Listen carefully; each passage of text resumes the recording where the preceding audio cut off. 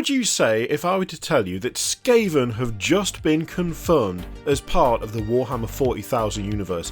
Now I know what you're thinking. You're probably thinking, that doesn't sound true. Or at least if it is true, surely would announce it with a bit more fanfare and it would be a bit more of a big deal than you are making it out to be. And to be honest, you are completely correct. It would be a much bigger deal, and it would be something that was more widely reported on than just an idiot making a silly video like this one, because that's not what's happened. However, we do have some funky rats for Necromunda in the form of the giant rat, the two-headed rat, in fact, in this case.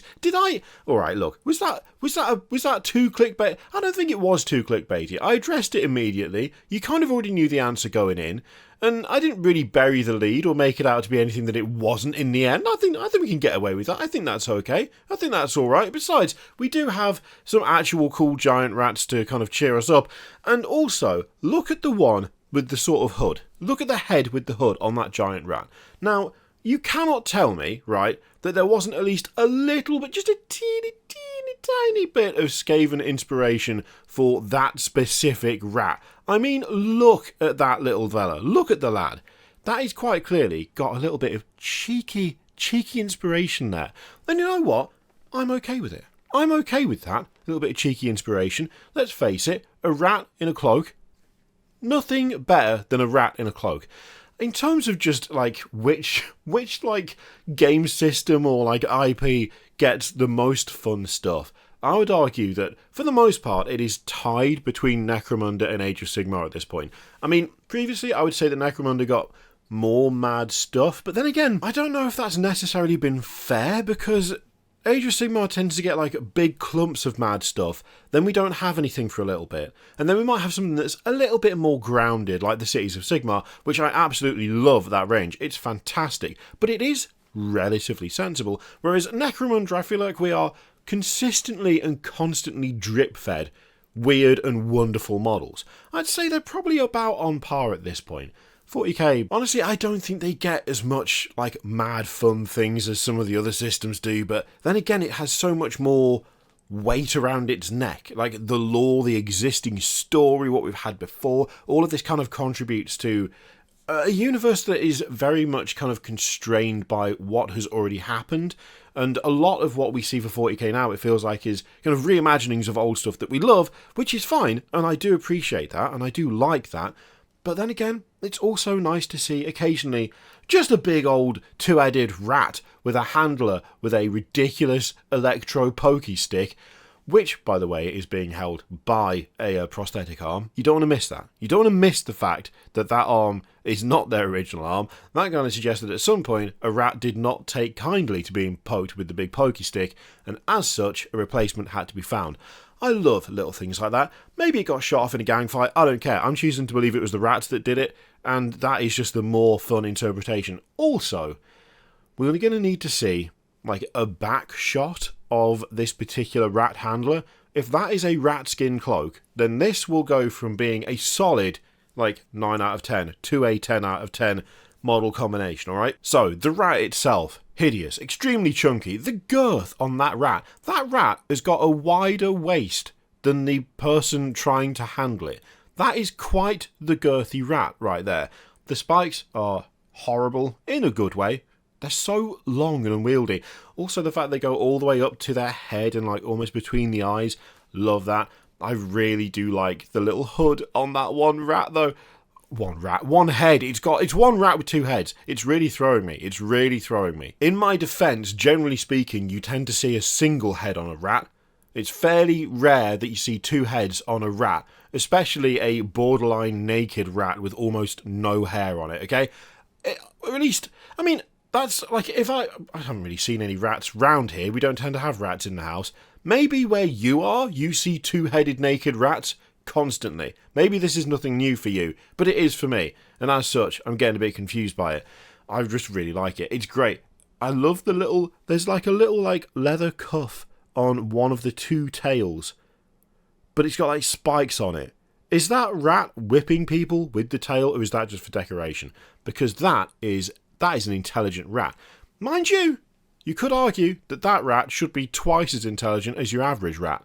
because it's, you know, got 2 heads. And that's definitely how that works, right? It's cumulative, isn't it? It's cumulative. I absolutely love this. It's great. I mean, the handler is obviously really fun, really nice. I mean, Necromunda has got a certain style to it, and I love the kind of bandage wrapped kind of like the leather straps on one arm that seem to be holding a bit of extra armor over the forearm there. That's really fun.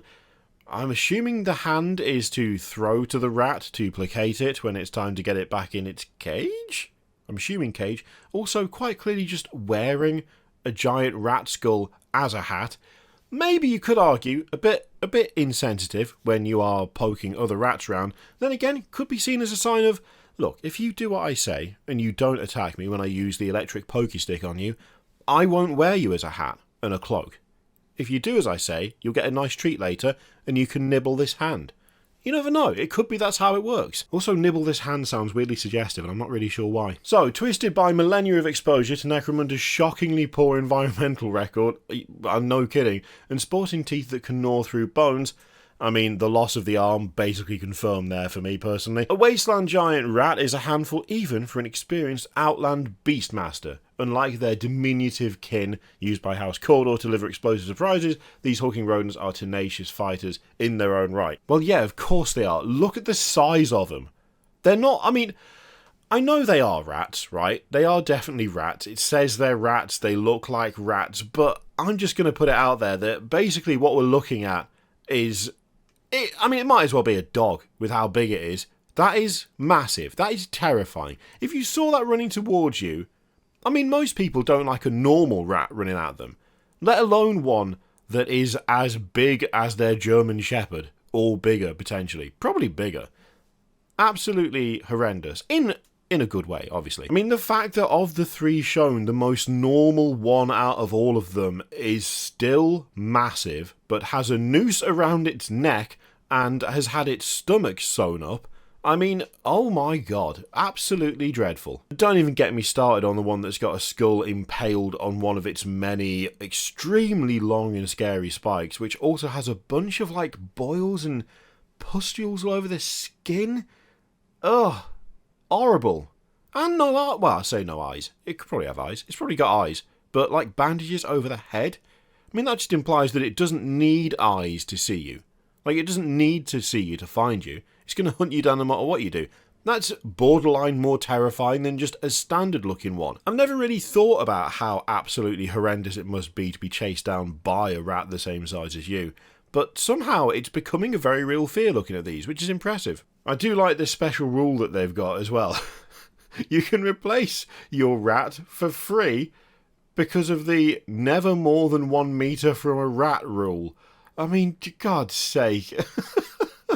It's alright, you might have got rid of him, but you're never more than 1 meter away, so here's another giant rat. That's very fun. I like that. That's a cool little interaction there. Now, it does say that there are 3 different giant rat sculpts, but you only get one with the Beastmaster, which is the 2-headed one, and then the other 2 are in a booster pack, so you don't get all 4 of these models in the same pack, which is kind of a shame, to be honest. That being said, I'm loving it. I'm absolutely loving it.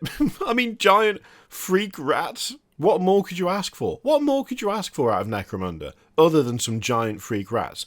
I mean, to be fair, there's probably a lot more things you could potentially ask for, and they would probably make them because they just seem to treat Necromunda as, like, I think they just get people, and they go, okay, here's a very vague outline of a thing that we might need at some point. You go over there, right, sit yourself down, just make whatever you like. I'm sure we'll make rules for it at some point. Just knock yourself out. Do something weird, why not? Just have a bit of fun. Just, you know, take that sculpting talent of yours and give us something weird and a bit gross, and we'll just make something out of it at the end. I know that's not how it works, but it would be lovely if it did. And sometimes it doesn't feel like that, to be honest, even if that's not true. Oh, fantastic. Well, there you go. SKAVEN are not in 40k. But, you know, we've still got a rat in a hood, and frankly, sometimes that's all you can ask for.